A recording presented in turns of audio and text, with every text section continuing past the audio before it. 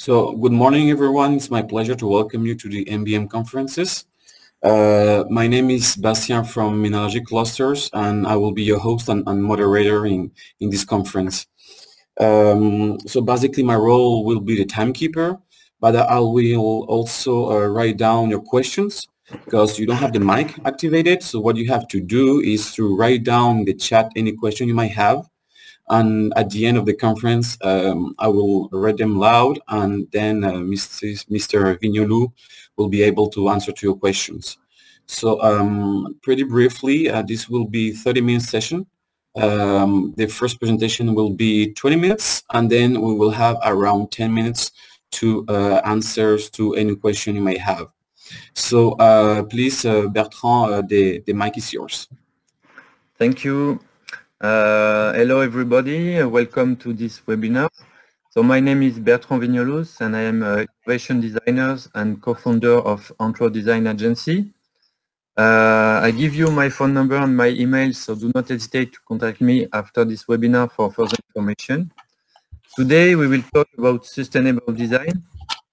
But first, I want to share a few words about the agency. Entre autres, our purpose is the simple future, and it is based on two main ideas. We think design has a role to play with ecological and social transition. That's why we focus on positive impact projects. And the agency regroups different design skills to offer a global approach. Transversal design is our methodology to link thinking and doing. At the early stage of a project, we used to work with decision makers about what projects should they do, what are the opportunities, and what is the expected by users.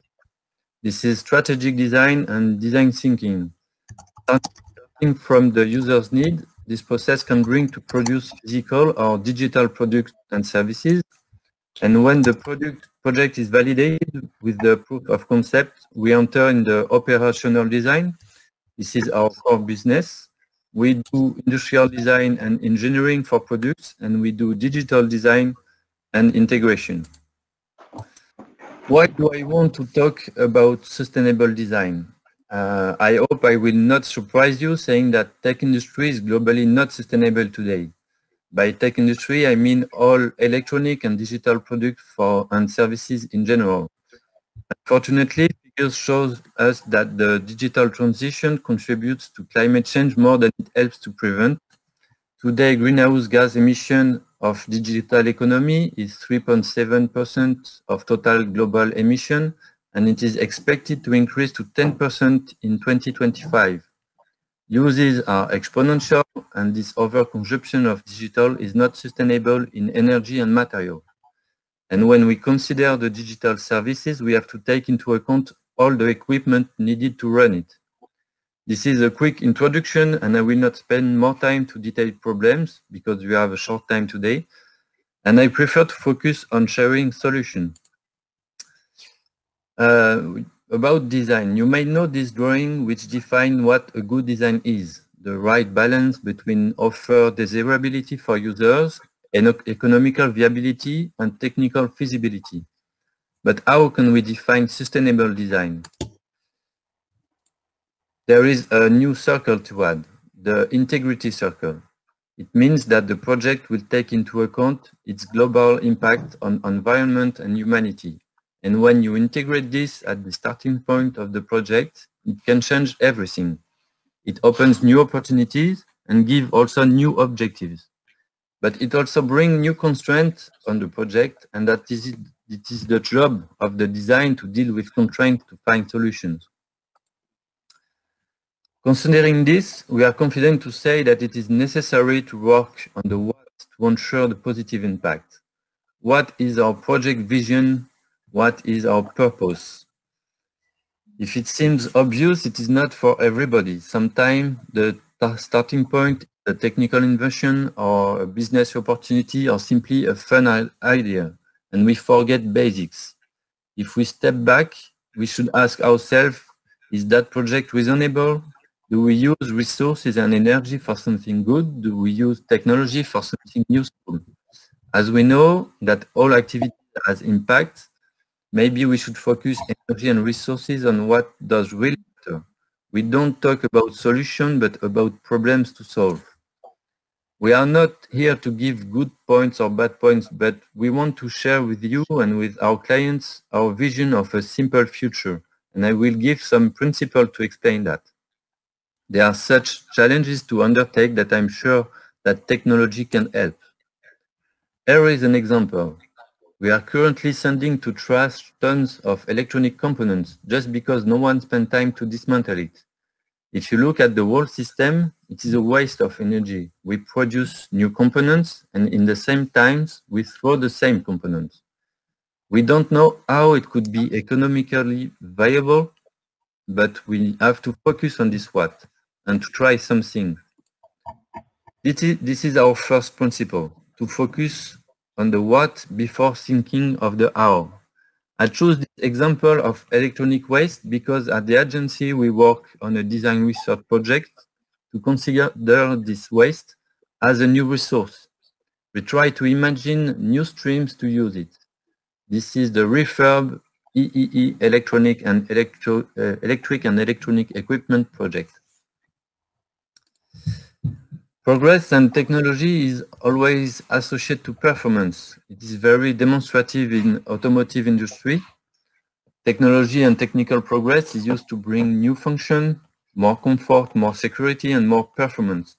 There are some exceptions, but globally cars are ever more powerful and heavy.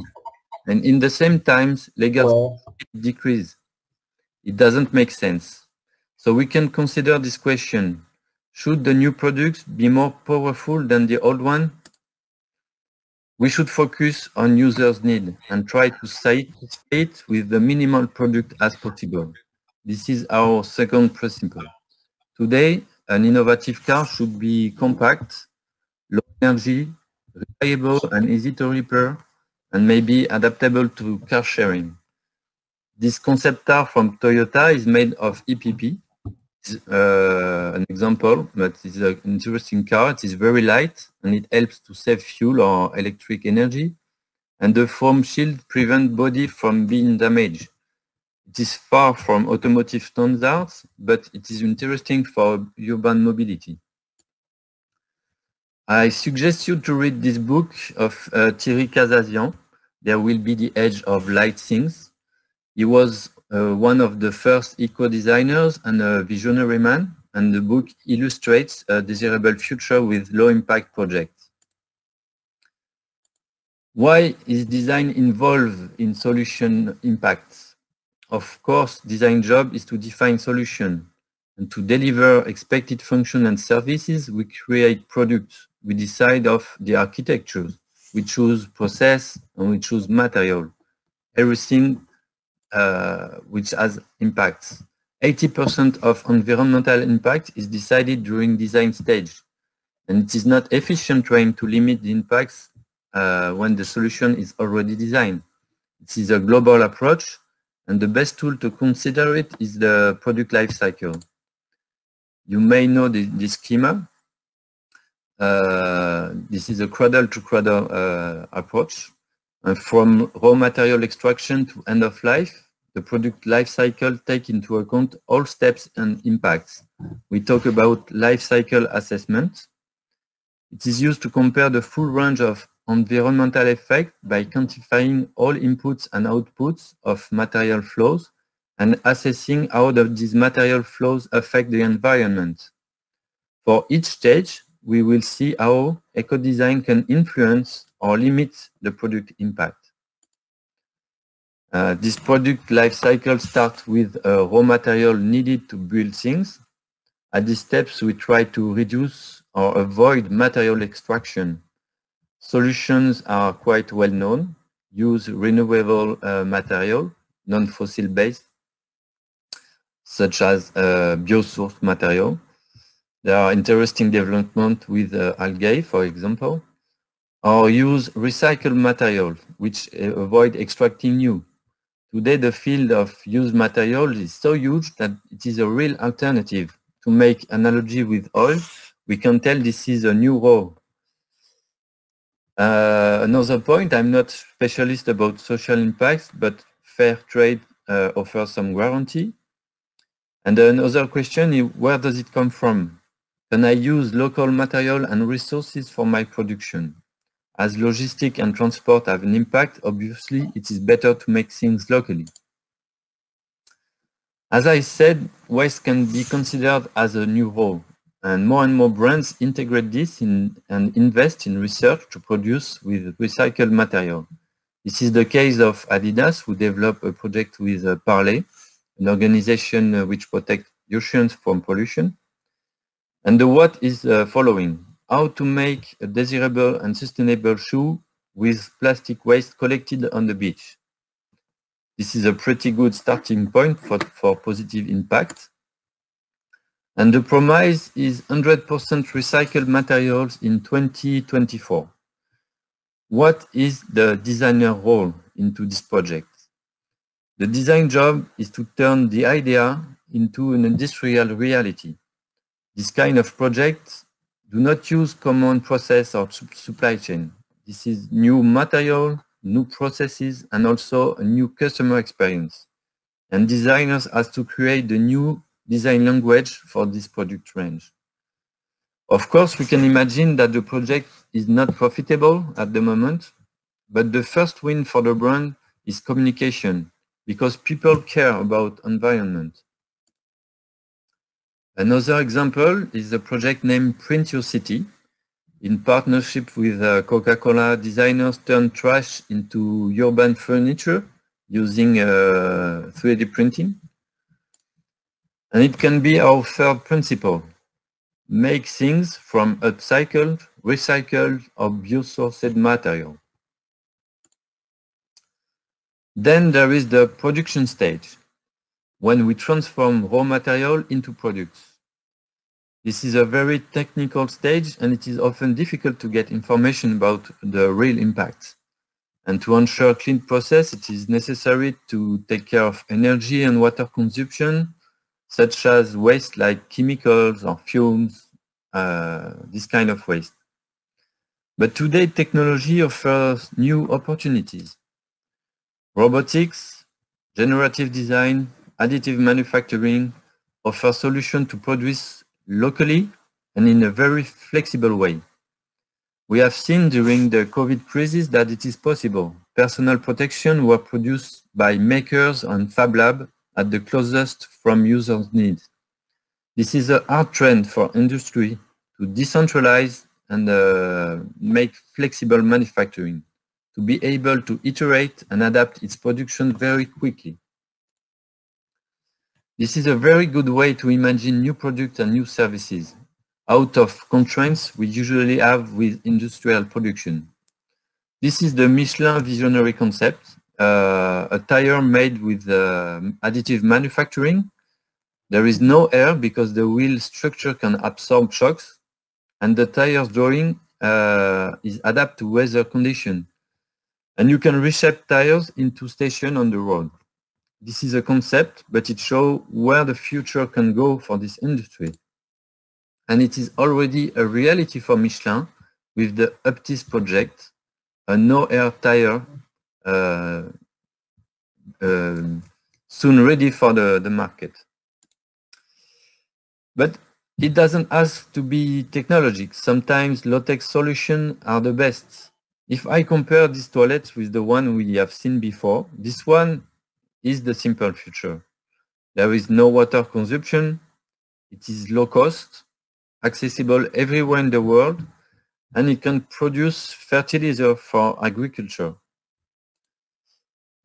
It can be our fourth principle: explore and experiment non-conventional solutions. On this picture, you can see the man who grows chairs. It is experimental, of course, but it is very inspiring. Then come distribution and sales. It can be a simple question of packaging design. The challenge of packaging design is to use less packaging as possible, and the solution exists. There are bulk sales, reusable packaging, or short circuit distribution. There is the example of Repack, It is a reusable and returnable packaging service. You simply return your empty repack to the post box from everywhere in the world, and it will be cleaned and checked before making a new loop. It is a very interesting solution. But the most interesting is about new ways to deliver the service. When we focus on use instead of the products, we talk about the economy of functionality. This business model has been initiated by the famous brand Xerox, which sells paper copy instead of selling their equipment. Turning its model into the economy of functionality is a strategic decision, and we go back to the what. You may already drive this Smart in Paris using the service Car2Go. You pick the car in the street, the nearest from you, and you park where you want when you are arrived. This is not a startup, but a Daimler service. The strategy is to reduce the impact delivering the same service. This model needs new products, scalable with users' need, and reliable. When you decide to sell the service, the product strategy is totally different because you need the product to last the maximum times as possible and to focus on the value of each function to reach the minimal products as possible. This is a very exciting job and a real challenge for designers to make legitimate products and function and build it to last.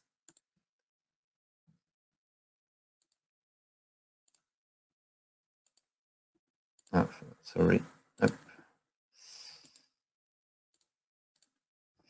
We have to keep in mind that the best product is the one which doesn't exist, and we can find solution in dematerialization with digital services or in the sharing economy. The use stage is the core business of designers. What do users think of the product? How do they understand it? How do they use it? It's also the easier stage to have a good impact on the life cycle, and reliability is the key. The best way to reduce product impact is to extend its lifetime. During this time, you don't need to buy a new one, neither to extract raw material, neither to transport it, etc. A really few products are designed this way, but this is the case of this product. For example, the Fairphone is like a UFO in consumer goods because they try to develop a low-impact smartphone. It's not easy because they face Apple or Samsung products, but their proposition is exemplary. The phone has modular design. You buy just what you need. It's easy to repair. It's upgradable. You can change a camera, for example. It's used fair trade gold. It's made of recycled plastic, and they offer fair conditions for workers. With this kind of products, consumers don't buy really a phone. They buy the brand engagement in sustainable products. The other core business of designers is aesthetic. I don't talk about trends or fashion, but our job is to design out-of-time products, things you can use a long time without becoming old-fashioned. For example, this phone is new. It is a minimal product, and as curious as it may seem, it has only one function, to phone. And this function is the same since the first phone. It is not dependent of marketing or trends. And it is the same for the product design. It is simple and efficient. Like a good designer's chairs, I think this product can gain value during its lifetime. Finally comes the end of life. It depends on local waste management strategy and channel, but there is a global problem. For example, each year electric and electronic waste represents 50 million tons in the world.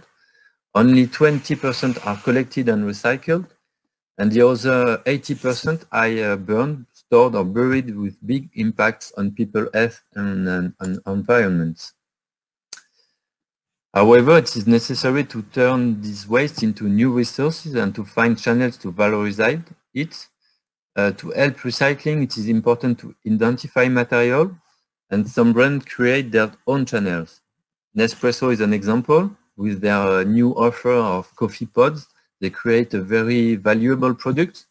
In the same time, it generates tons of new packaging waste with small pieces of aluminum impossible to sort and to recycle. So they have developed their own machines and their own channels. Eventually, it brings new services and mostly customer loyalty who return to the shop to depose used pods and buy new. But recycling is not the best option because it is downcycling. Recycled material is often used to make less valuable products. At the end, it is still necessary to extract raw materials. But there are new opportunities for waste. We can reuse it and we can upcycle it. A challenge for designers is to create from uncommon or imperfect materials, to adapt creation with less material, color and finishing choice, and to adapt manufacturing process to variable material. I choose another example to illustrate it. I share you this upcycling WEEE design research project. This is the twin project with Refurb EEE I already spoke about. We reuse electric and electronic components dismantled from old products to make new ones. We are designing a physical platform which can accept a wide range and variety of components. And the challenge is not to make one prototype. There is no technical luck to do this. The challenge is to make it scalable with our project. It is to produce locally hundreds of products. And we start with the coffee machine, which is a very simple product. They will be all different, but using the same technical base. We are at the early beginning of this project, and if you are interested with, we can keep in touch. And a few figures to conclude. 70% of greenhouse gas emissions are linked to the manufacture, transport, and end of life of products, of goods and services.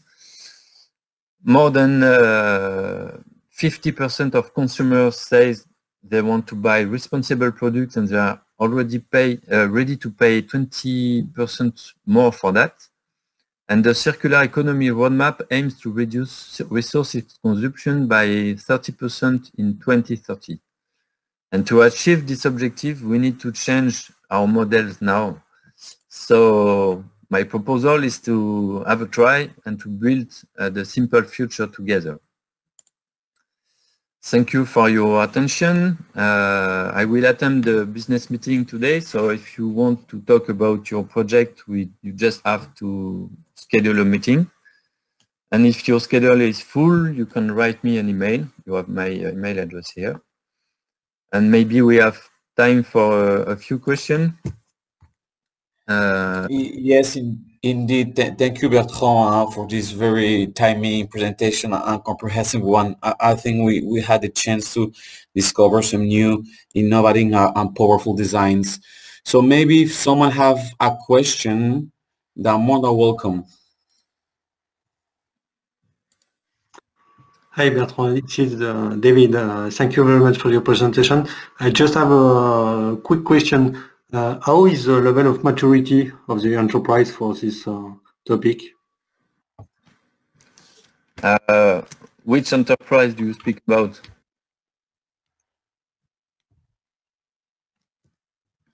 Hello? The client or the prospect you have, do you think they are prepared or ready for this new approach, or they are more awaiting, and you are more an evangelist than a designer? I think it depends on the sectors, industrial sectors, because some are already working on it. I talk about Adidas, for example, but I know that every big brand of shoes are working on recycling materials and new kind of products they can do. The question is to be ready when the legal aspect forced everyone to work with this. There are international objective to reduce our impact, and I think today industry has no choice to switch and to integrate this approach in its work, and maybe in the next future it will be an obligation to integrate this.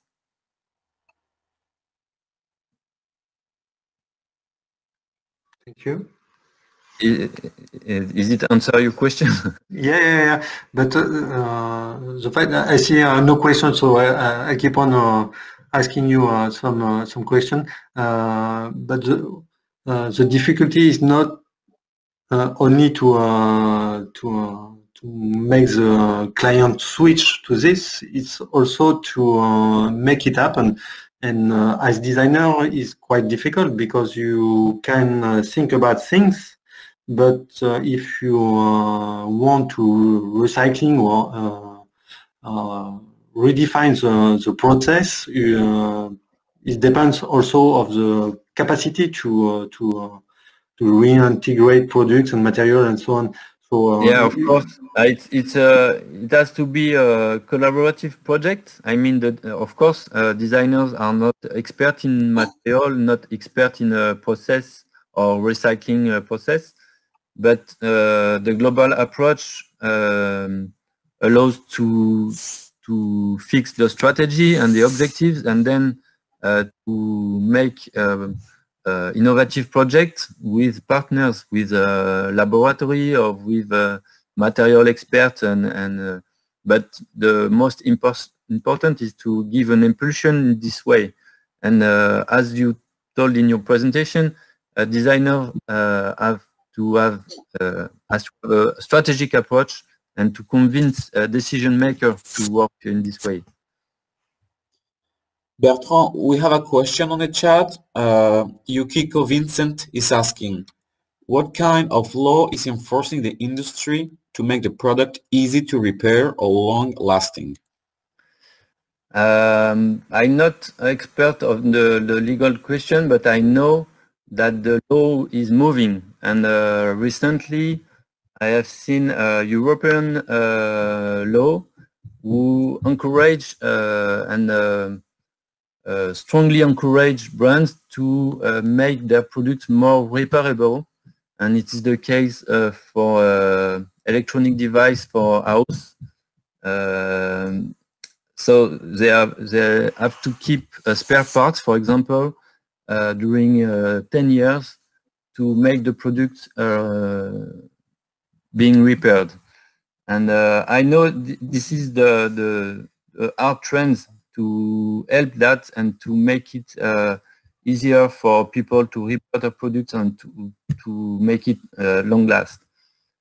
But the difficulty is to go this way if you are not forced. But I think today it can be a winning strategy to go and to anticipate the legal aspects.